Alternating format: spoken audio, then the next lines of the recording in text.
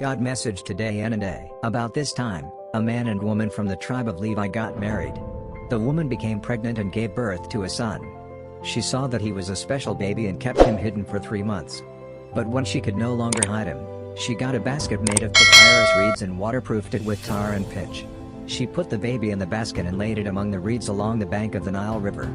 The baby's sister then stood at a distance, watching to see what would happen to him.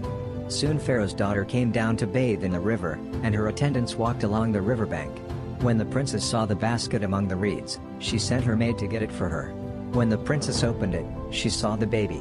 The little boy was crying, and she felt sorry for him. "This must be one of the Hebrew children," she said. Then the baby's sister approached the princess. "Should I go and find one of the Hebrew women to nurse the baby for you?" she asked. "Yes, do," the princess replied. So the girl went and called the baby's mother. "Take this baby and nurse him for me," the princess told the baby's mother. "I will pay you for your help." So the woman took her baby home and nursed him. Later, when the boy was older, his mother brought him back to Pharaoh's daughter, who adopted him as her own son. The princess named him Moses, for she explained, "I lifted him out of the water." Many years later, when Moses had grown up, he went out to visit his own people, the Hebrews, and he saw how hard they were forced to work. During his visit, he saw an Egyptian beating one of his fellow Hebrews.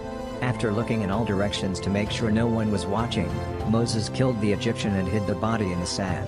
The next day, when Moses went out to visit his people again, he saw 2 Hebrew men fighting. "Why are you beating up your friend?" Moses said to the one who had started the fight. The man replied, "Who appointed you to be our prince and judge? Are you going to kill me as you killed that Egyptian yesterday?" Then Moses was afraid, thinking, "Everyone knows what I did."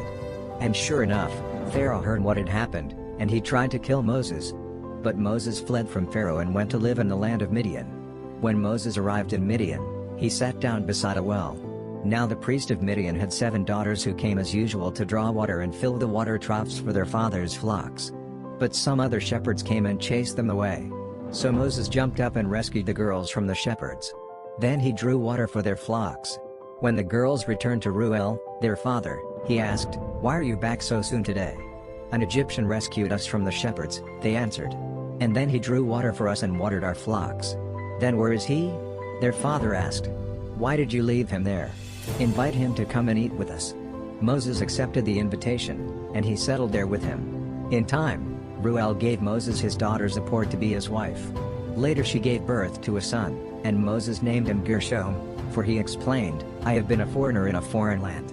Years passed, and the king of Egypt died. But the Israelites continued to groan under their burden of slavery. They cried out for help, and their cry rose up to God.